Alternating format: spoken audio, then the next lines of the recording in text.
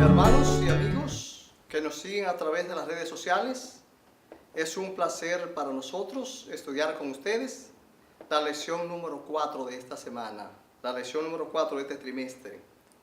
Es una lección muy interesante, con un título muy oportuno. El título es una exhortación, es un llamado. Aquí se nos llama a escapar de las costumbres del mundo.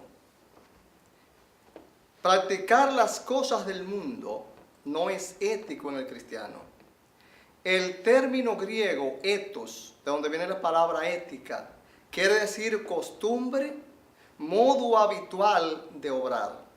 Sí, hermano, que nosotros no debemos acostumbrar a hacer las cosas del mundo. No debemos habituarnos a hacer las cosas del mundo. Porque el mundo no tiene la misma esperanza que usted y yo tenemos. Por consiguiente, esa práctica mundana debemos dejar a la gente del mundo, no hay cristiano. Aquí se nos manda entonces a escapar de las cosas del mundo. La palabra escapar literalmente significa salir de un lugar donde se está privado de libertad o en peligro. Ahora, cuando la gente está en el mundo, ¿está privado de su libertad? ¿Está en peligro? ¿Crees esto? Vamos a ver qué dice la Biblia. El apóstol Pablo dice,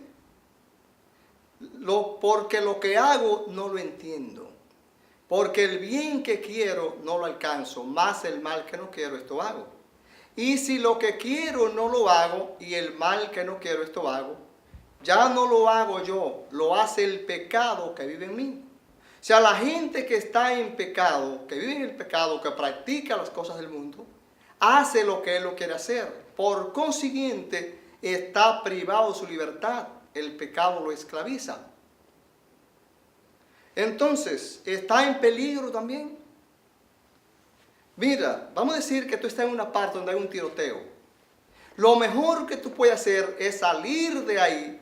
Cuando tú vienes a ver, se te puede pegar una bala. Tú estás en una parte donde se arma un incendio. Lo mejor que tú puedes hacer es salir de ahí porque tu vida está en peligro. Y te voy a poner un ejemplo en el plano espiritual para que entiendas mejor lo que quiere decir la lección de esta semana. Piensa en José. Dice un dicho que la ocasión hace el ladrón, pero cuando se trata de los cristianos no es así, porque la vida del cristiano, su relación con Dios no es circunstancial. Entonces allí, lo que una gente que no tiene el temor de Dios llamaría una oportunidad, José lo vio como un peligro y era peligro para él. Estaba en el peligro de caer. Por lo tanto, escapó del peligro, huyó dejándole en la mano la ropa a aquella mujer. Así escapó del peligro. Nosotros también debemos escapar de la cosa del mundo. La Biblia dice, huid de la corrupción, huid del pecado. Y mira cómo dice el versículo de memoria. No aprovecharán las riquezas en el día de la ira, mas la justicia librará de muerte. El que confía en sus riquezas caerá, mas los justos reverdecerán como ramas. Fíjate qué interesante lo que es Salomón. Salomón dice que la gente que confía en sus riquezas, las riquezas no podrán salvarle en aquel día. Hay gente que tiene su confianza puesta en el dinero, pero el dinero no lo va a salvar, la riqueza no lo va a salvar. Por lo tanto, los que creen de esta manera, cuando ellos que entienden su condición, entonces quedan frustrados. Para muchos quizás lo van a saber tarde, otros podrán entenderlo temprano si escuchan la voz de Dios. Y es que aparentemente el dinero, las riquezas ofrecen ventaja. Tú ves a veces la ventaja, el privilegio que tienen los ricos por encima de los pobres. Pueden hacer con su dinero lo que ellos quieran. Y los judíos tenían un error. ¿Tú sabes qué creían ellos? Los discípulos quedaron estupefactos, quedaron asombrados, quedaron atónitos. Cuando Jesús aseveró que es difícil la salvación para los ricos. ¿Sabe por qué? Porque los hebreos pensaban que la riqueza era un indicio seguro de la bendición de Dios. El que Jesús dijera que es difícil la salvación para los ricos, ellos en principio no lo pueden entender. Para los hebreos era difícil entenderlo. Pero la Biblia nos hace entender que no debemos poner la confianza en el dinero, debemos poner nuestra confianza en Dios. Aquí la Biblia no está hablando, y repetimos lo que dijimos en la lección anterior, Jesús no está hablando al dinero en sí, sino el amor al dinero, poner la confianza en el dinero. Lejos de poner la confianza en el dinero y enfrascarnos en las cosas del mundo, la lección nos manda a escapar de las cosas del mundo. Nos manda a escapar de las cosas del mundo y a establecer una relación con Dios, como tú puedes ver aquí en la parte de domingo. Mira en qué forma. Cuando nosotros establecemos una relación con Dios, el amor al dinero, el amor a las posesiones de este mundo, no nos pueden vencer. Tienen que sucumbir ante nosotros, porque nuestra confianza está en Jesús. Jesús es nuestro Señor. Pero la ambición de tener, mira lo que hace mucho por el deseo de tener. Hay muchos que retienen el diezmo, retienen los diezmos por la ambición de acumular. No dan ofrenda. Y personas que no tienen el temor de Dios a veces te sustraen lo que no es suyo, sustraen lo ajeno, por amor, por la ambición de tener. Desde luego que el apóstol Pablo nos aconseja entonces, poned la mira en las cosas de arriba y no en la de la tierra, porque las cosas de la tierra son pasajeras, hoy son y mañana no serán. Pablo tiene otro consejo para nosotros también. El mismo consejo que tenía para los filipenses y que tú encuentras en el capítulo 4 y versículo 8. Mira cómo dice Pablo. Por lo demás, hermanos, todo lo que es verdadero, todo lo honesto, todo lo justo, todo lo puro, todo lo que es de buen nombre, si hay virtud alguna, en esto pensad. Escucha. Todo lo que es verdadero. En el mundo todo lo que hay es mentira, todo lo que hay es engaño. Todo lo que hay es una falaz mentira. Cristo es la verdad. Por lo tanto, busca a Cristo, que es la verdad. Todo lo que es verdadero, pero mira cómo sigue diciendo. Todo lo honesto.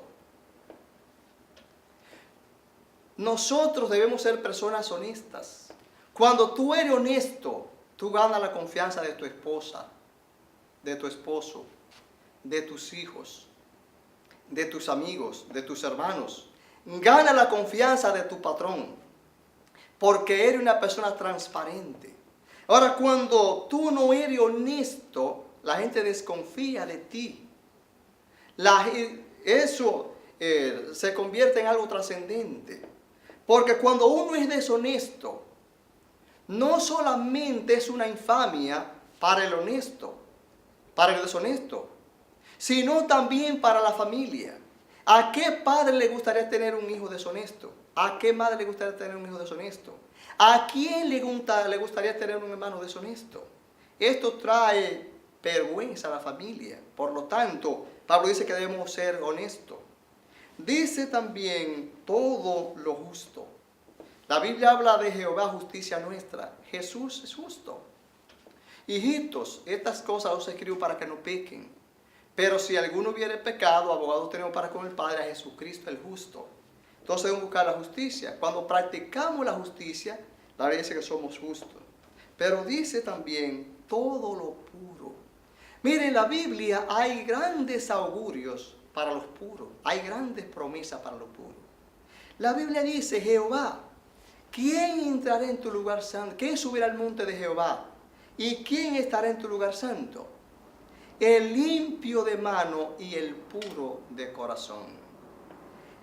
Cuando tú y yo somos puros, cuando no tenemos mezcolanza, cuando no nos mezclamos con la cosa del mundo, cuando escapamos de las costumbres del mundo, entonces Dios nos considera puro.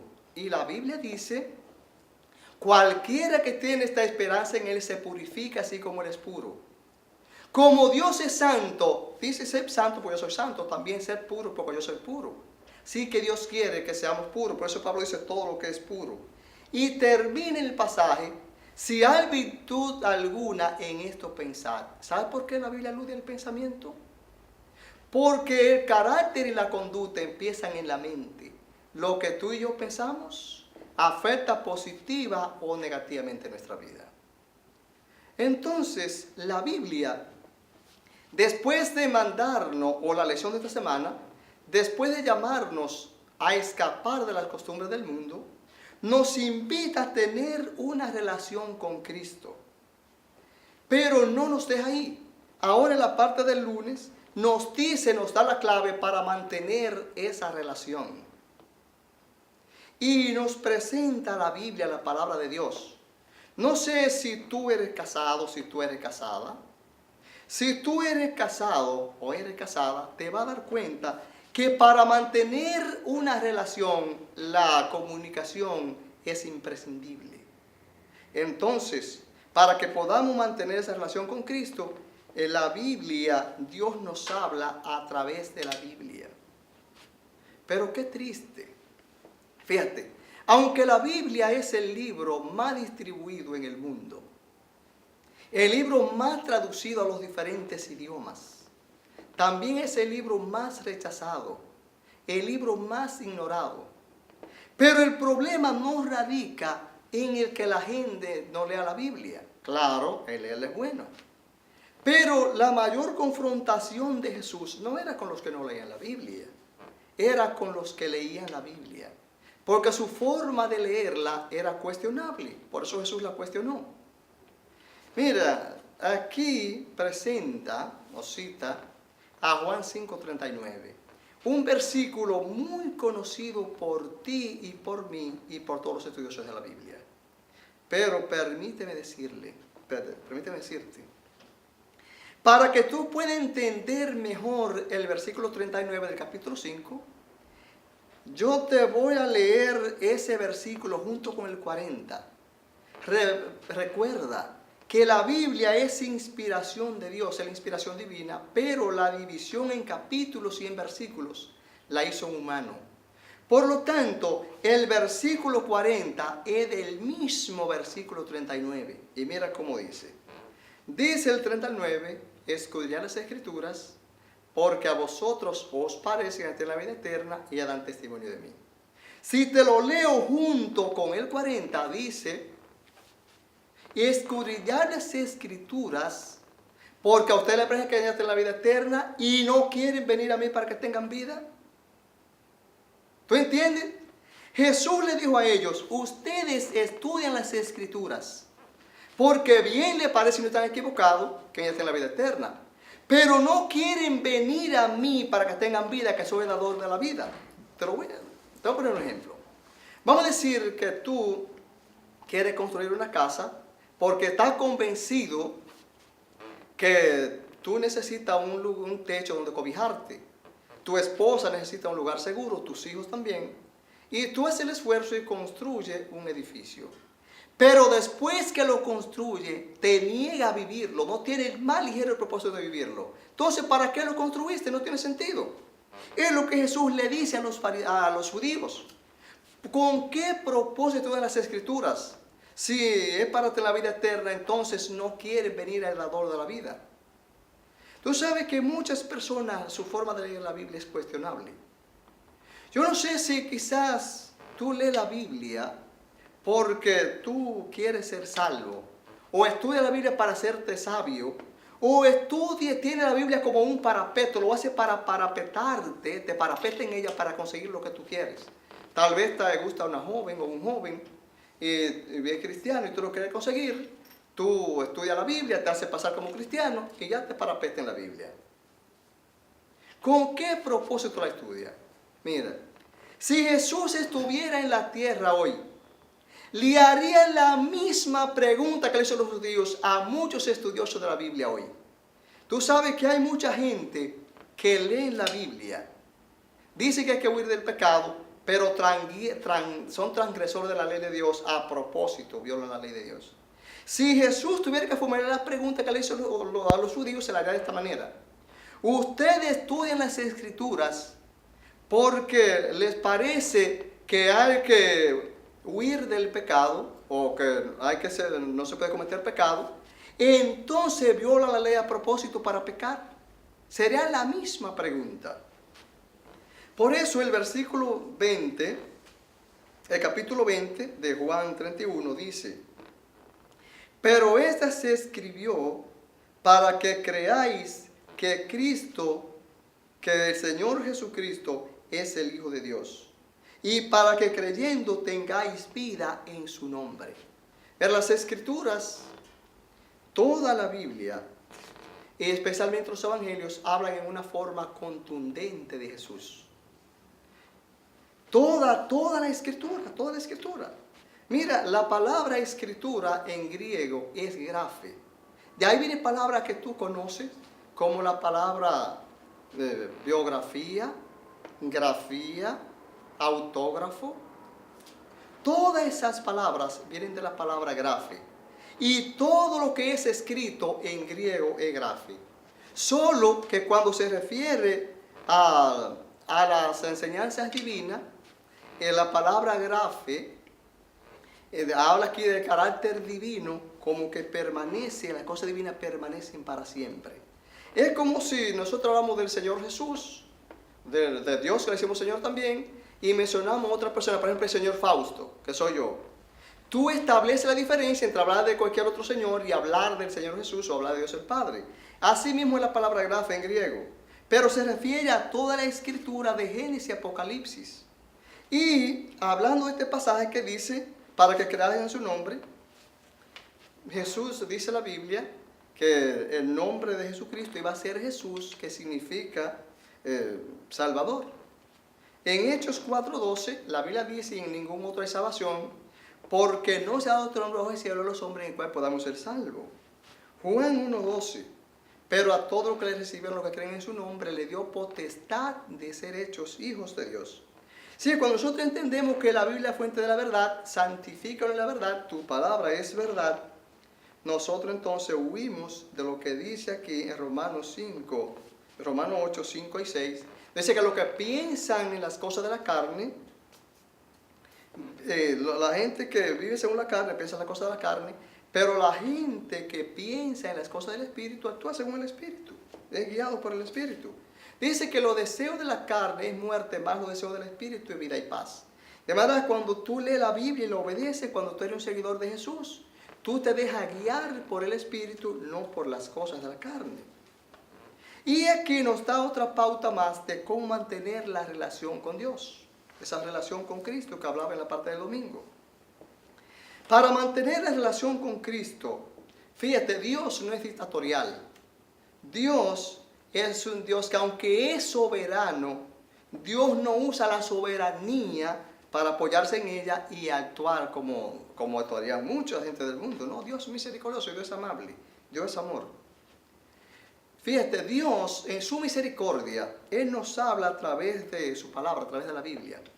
Pero el monólogo no es bueno en toda la extensión de la palabra, ni en la tierra ni en el cielo. Eso solamente para los dictatoriales, lo que ellos dicen y nada más.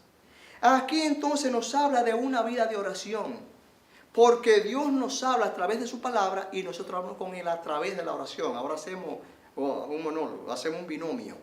Dios nos habla, nosotros nos toca escuchar y tenemos el privilegio también de hablar con Dios y que Él nos escuche. Pero, fíjate, la oración es necesaria, una vida de oración, porque la oración es necesaria a lo largo de toda la vida.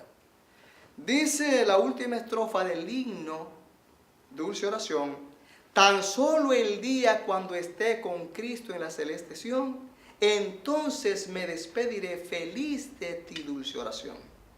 De la misma manera que la oración no existía antes del pecado, porque ellos hablaban con Dios personalmente, asimismo, una vez estemos ya con Jesús, una vez cumplida la promesa de Apocalipsis 21:3, oí una voz del cielo que decía: hay aquí el tabernáculo de Dios con los hombres, y ellos serán su pueblo, y el mismo Dios estará con ellos como su Dios. Ya no más oración. Mientras tanto, aquí tenemos que orar. Pero ¿con qué propósito oramos? ¿Para qué tú oras? Solamente para pedir a Dios que te dé lo que tú quieres, y no es para pasar tiempo con Jesús a modo de mantener esa relación con Él. Fíjate, nosotros debemos ser específicos en la forma de orar. En Jesús encontramos el modelo. En la oración intercesora de Jesús, en Juan 17, allí encontramos la oración de Jesús, que tiene una triple petición. Primero, oró para que Él fuera glorificado. Segundo, oró para que los apóstoles fueran santificados. Y tercero, oró para que la iglesia se mantuviera unida. Él pidió a Dios que lo glorificara, y el mismo Dios, al glorificar a Cristo, también iba a ser glorificado, para que tu Hijo también te glorifique a ti. Oró para que los discípulos, los apóstoles, fueran santificados. No te pido que lo quite del mundo, sino que lo guarde del mal, que lo aparte del mal. La palabra santificar significa apartar. Pidió para que ellos fueran santificados. Pero pidió por ti y por mí, que somos la iglesia. Pidió para que la iglesia se mantuviera unida. Y mira cómo dice la Biblia. La Biblia dice: pero si estamos en luz como Él está en luz, tenemos comunión unos con otros, la sangre de Jesucristo, su Hijo, nos limpia de todo pecado. Si tenemos comunión unos con otros, si estamos en coinonía. Pero, oye lo siguiente, a veces nosotros no queremos estar en comunión. A veces nosotros mismos hacemos una excomunión. En vez de estar juntos, a veces nos disgregamos. Dios quiere que estemos juntos. Dios, en un mundo dividido, Dios quiere un pueblo unido. No un pueblo disgregado, no un pueblo disperso.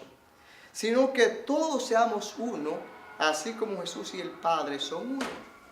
Y cuando esto sea así, Jesús dijo que entonces el mundo va a creer que Él nos envió, o que Dios envió a Cristo.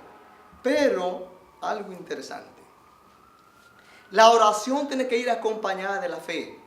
Es pues la fe la certeza de lo que se espera, la convicción de lo que no se ve.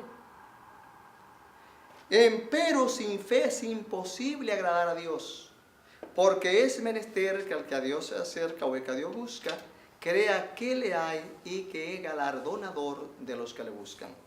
Si tú buscas a Dios, pero no tienes fe, tú no puedes agradar a Dios. Tienes que tener fe para agradarlo.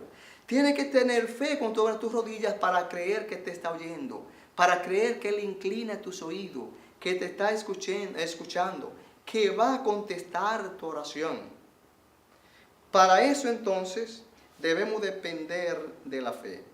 Fíjate, aquí ya esta parte nos habla de la sabiduría. Mira en la forma como la lección de esta semana está concatenada. Primero, escapar de las costumbres del mundo. Segundo, establecer una relación con Dios. Ahí mismo nos habla entonces, para mantener esa relación, cómo estudiar la Biblia. En la Biblia entendemos la voluntad de Dios y ahí entendemos las cosas que a Dios le agrada para poder complacer y mantener esa relación. Pero aquí también hablamos entonces de una vida de oración, cómo nosotros comunicarnos con Dios por medio de la oración para poder mantener la relación. Y aquí entonces, cuando hacemos todo eso, a practicar eso, eso es sabiduría. La vida de sabiduría, eso es ser sabio. Porque, ¿qué es la sabiduría? La sabiduría es la capacidad de poder discriminar entre el bien y el mal. Eso es ser sabio. El ser sabio no es acumular conocimiento, sino el poner el conocimiento en práctica en la vida diaria. A eso la Biblia llama sabiduría. Y la sabiduría, tanto en Job como en el libro de Proverbios, allí es personificada y llamada como una persona. Y fíjate lo siguiente. Pero, aunque la sabiduría, que es una expresión del entendimiento humano, la sabiduría es un don de Dios. Si alguno está falto de sabiduría, demándela a Dios, el cual da todo abundantemente y sin reproche, y le será dado. Entonces, ¿para qué pedir sabiduría? Si nos vamos a guiar por nuestra voluntad, por nuestro antojo, no la vamos a aplicar. Ese fue el problema de Salomón. Y el problema de Salomón, como tú puedes ver aquí, no era que no tenía sabiduría, es porque Dios se la dio. El problema fue que él no la aplicó. Y mira cómo Dios le dijo a Salomón: si anduviereis en mis caminos y guardareis mis preceptos y en mis estatutos, guardando mis mandamientos, andando, dice, como anduvo tu padre David, entonces yo alargaré tus días en la tierra. O sea, si él se mantiene en los caminos de Dios, como se mantuvo el rey David, que era el padre de Salomón, Dios iba entonces a alargar los días de Salomón en la tierra. Pero ¿se mantuvo Salomón en los caminos de Dios? No, Salomón se apartó. Vivió una vida, toda su vida, apartado de Dios. Vivió sin Dios y sin esperanza. ¿Esto es probable en la Biblia? Abre tu Biblia y tú puedes leer en Eclesiastés 4:13, donde él mismo lo admite. Él dice, porque es mejor el muchacho pobre y sabio que el rey viejo y necio que no admite consejo.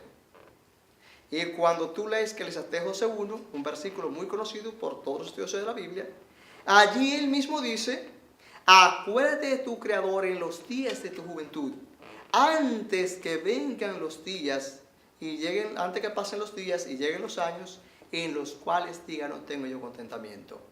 Así que la lección de esta semana nos está invitando no solo a adquirir sabiduría, sino a poner en práctica el conocimiento que Dios nos da. Y por último, en la lección de esta semana, aquí tú y yo estudiamos acerca del Espíritu Santo. ¿Por qué el Espíritu Santo es necesario? Mira, desde que el pecado entró, ha habido guerra a todos los calibres. Y ha habido guerra larga, guerra corta, por ejemplo. Tú puedes ver. Mira, la Primera Guerra Mundial, que se inició en julio de 1914 y terminó en noviembre del 1918, tuvo una duración de 4 años y 4 meses. La Segunda Guerra Mundial, el 1 de septiembre de 1939 al 2 de septiembre de 1945. 6 años y 1 día. Tú puedes ver la guerra de Vietnam, que comenzó en el 1955 y terminó en el 1975, guerreando durante 20 años. La guerra de 20 años.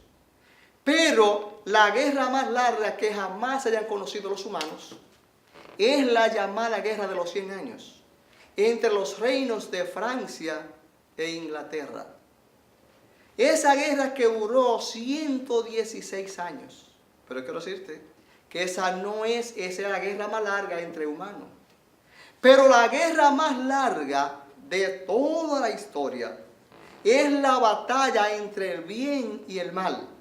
Esa guerra comenzó en el cielo, continuó en el Edén y todavía hoy sigue haciendo daño. Esa guerra comenzó allá y terminará cuando Cristo venga. Entonces, es la guerra más larga que jamás se ha conocido. El arma más peligrosa que se usó durante todas esas guerras fue aquella arma de destrucción masiva que se usó en la Segunda Guerra Mundial, conocida como la bomba atómica. Tuvo un efecto tan grande que Japón se rindió de una vez. Pero yo quiero decirte que el arma más fuerte que Satanás ha usado a través de todo el tiempo es la mentira. En esa batalla del bien y el mal, el arma que más resultado le ha dado a Satanás es la mentira. Mira, con la mentira, Satanás arrastró la tercera parte de los ángeles. Detonó esa bomba en el Edén y mató a la raza humana. Y todavía la sigue usando porque es la que le da beneficio. En tal virtud, tú y yo debemos tener el Espíritu Santo, que es el que nos guía a toda verdad. Y el Espíritu Santo fue enviado a la tierra con la encomienda de guiarnos a toda verdad. La verdad es Jesucristo. El principal trabajo del Espíritu Santo es convencernos de que somos pecadores. Es una verdad que hay que aterrizar sobre ella. Nos convence de que somos pecadores y estamos perdidos. Entonces nos guía a la verdad, que es Cristo Jesús, que es el que perdona los pecados, que es el que salva. Entonces, tú y yo debemos tener el Espíritu Santo en nuestras vidas. Y mira cómo dice Ezequiel, pasaje que voy a compartir contigo. Lo encontramos en Ezequiel 36, 26 y 27. Dice: os daré corazón nuevo y pondré espíritu nuevo dentro de vosotros. Y quitaré de vuestra carne el corazón de piedra y os pondré un corazón de carne. Y pondré dentro de vosotros mi espíritu, y haré que andéis en mis estatutos y guardéis mis preceptos y lo pongáis por obra. Es la única manera que tú y yo, de la única manera que nosotros podemos guardar los mandamientos de Dios y obrar conforme a la voluntad de Dios, es cuando tenemos el Espíritu Santo. Así que Dios te bendiga. Te invito a que tú repases, estudies bien esta lección, te la grabe en tu corazón, y si así lo haces, un día nos veremos con todos los redimidos en las mansiones celestiales. Dios te guarde.